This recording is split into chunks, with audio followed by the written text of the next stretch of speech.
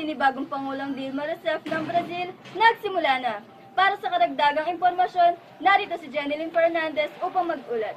Jen? Georgette, kasalukuyan nangyayari ngayon ang talumpati ni bagong Pangulong Dilma Rousseff. Nagsimula ito kaninang tanghali. Mahal kong Brazilians, ang matinding hangarin ng aking pamahalaan ay wakasan ang labis na kahirapan at lumikha ng oportunidad para sa lahat.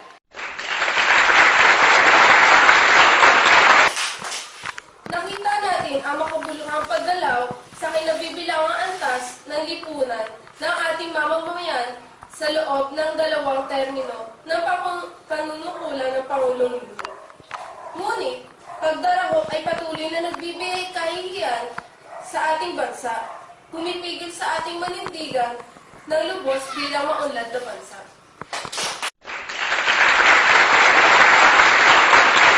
Hindi ako magpapahinga. Habang may mga Brazilians na walang pagkain sa mesa, habang may mga sastradong pamilya sa lansangan, habang may nagdarahok ng mga batang pinabayaang mamumay ng sariling kaparaanan.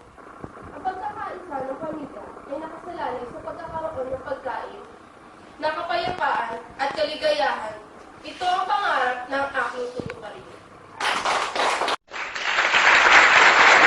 Hindi ito gawaan lamang na nag-iisa ng pamahalaan. Bagkus ay panatang dapat yakapin na lahat na bumubuo ng lipunan. Dahil dito, buong pagkapapakumbabakong hinihingi ang suporta ng publiko at pribadong institusyon. Lahat ng partido, mga mangangalakal, mga manggagawa, mga pamantasan, kabataan, mamamahayag, at lahat ng naghahangad na mabuti para sa iba. Ang pagdating sa labis na kahirapan ay nangangailangan na ang pangtatagalang pagsulong ng ekonomiya ang bigyan ng prioridad. Ang pagsulong ang lilikha ng mga hanap buhay na kakailanganin ng kasalukuyan at mga susunod na henerasyon. Ang pagsulong, kaakibat ng matibay na mga programang panlipunan ang makapagbibigay sa atin ng kakayahan na lupigin ang di pagkakapantay-pantay ng kita at kaunlarang pangutay. Nangangahulugan ito, muli kong sasabihin na mapapanatiling matatag ang ekonomiya. Ang makabagong pamumuhay natin ay nananalig sa paniniwalang ang inflasyon ang gumugulo sa ekonomiya at kumakain sa kita ng manggagawa. Titiyakin natin at hindi papayagan na ang lasong ito ay mangyari muli at unti-unting tunawin ang ating ekonomiya at magdusap ang pinakamahihirap na pamilya. Ipagpapatuloy natin ang pagpapatibay sa panlabas na reserba upang matiyak ang pagiging balanse ng panlabas sa pagkakautang. Kikilos tayo na may katiyakan sa mga usaping multilateral, pagtatanggal ng mga pulisya tungo sa malusog at balanse ekonomiya. Pangangalagaan ng bansa na di makatarong ang kompetisyon at walang habas na agos na sa palarang pamumuhunan. Hindi tayo magbibigay ng anumang posisyon ayon sa proteksionismo ng mayayamang bansa na sumasakal sa ating pag-asam na talunin ang kahirapan ng maraming bansa na nagsisikap makaalpas sa kahirapan sa pamamagitan ng pagpapaunlad ng produksyon. Ipagpapatuloy natin ang pagsisikap na paunlarin ang kalidad ng pampublikong paggugol. Pinili ng Brazil sa buong kasaysayan nito na magtayo ng estado at pinaglalaan ng mga pangunahing serbisyo at kagalingang panglipunan.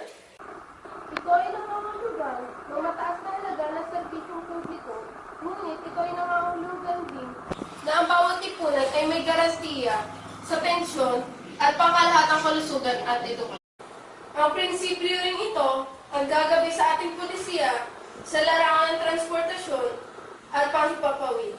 Walang duda na ang mga paliparan ay nararapat pang ayusin at palisahin para sa World Cup at Olympics. Kinakailangan na ito ilagay sa ayos para sa lumalaking populasyon sa harap ng lumalaking pangangailangan.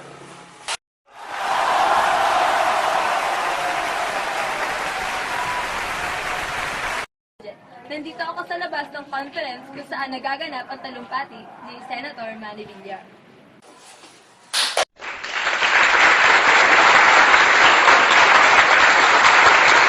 Hindi nakapagtataka na ang bawat administrasyon ay nagsisikap na pagandahin ang larawan ng bansa sa kabila ng matinding suliranin.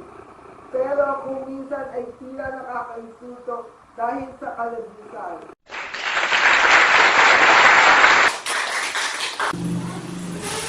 Isang halimbawa ang mga ginawang pagbabago sa paraan ng pagtiyaya sa lawak ng kahirapan.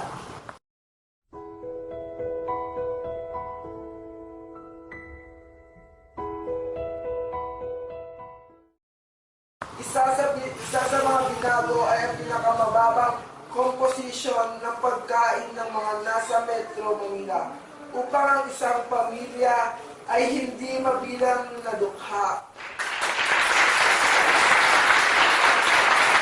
Sa dating panukat, ang food threshold sa almusal ay tortang kamatis, sinangag kape para sa matatanda at gatas para sa bata. Panukat ang dapat ihain sa almusal ay pitong itlog, kape na may gatas at kari. Wala na ang gatas para sa mga bata. Marami ring nawala sa bagong panukat para sa tanghalian, merienda at hapunan. Dahil sa mga pagbabagong ito, bumaba ang katumbas ng sustansya mula sa kinakain ng mga Pilipino para hindi mabilang na dukha.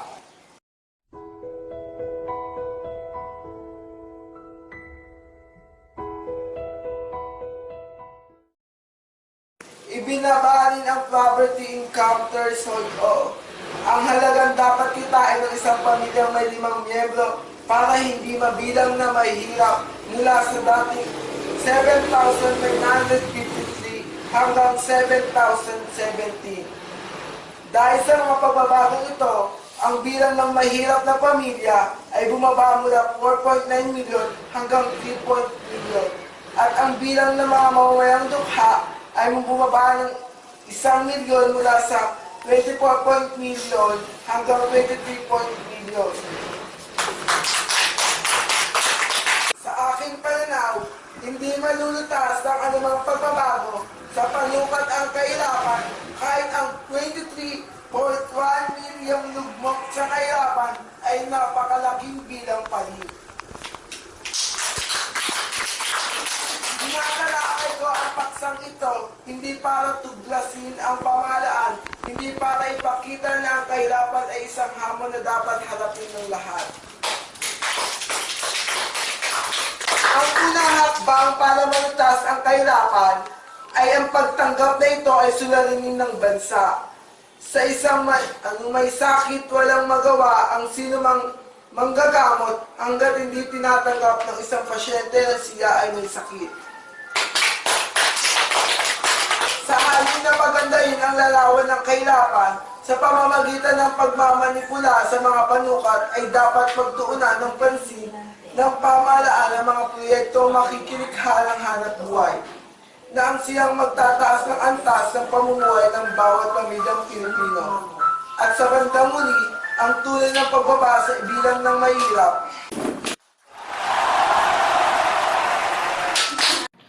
Maraming salamat, Jenny Fernandez. Muli, Georgia Chan, nag-uulat mula sa Balitang Tanghali. Magandang tanghali po.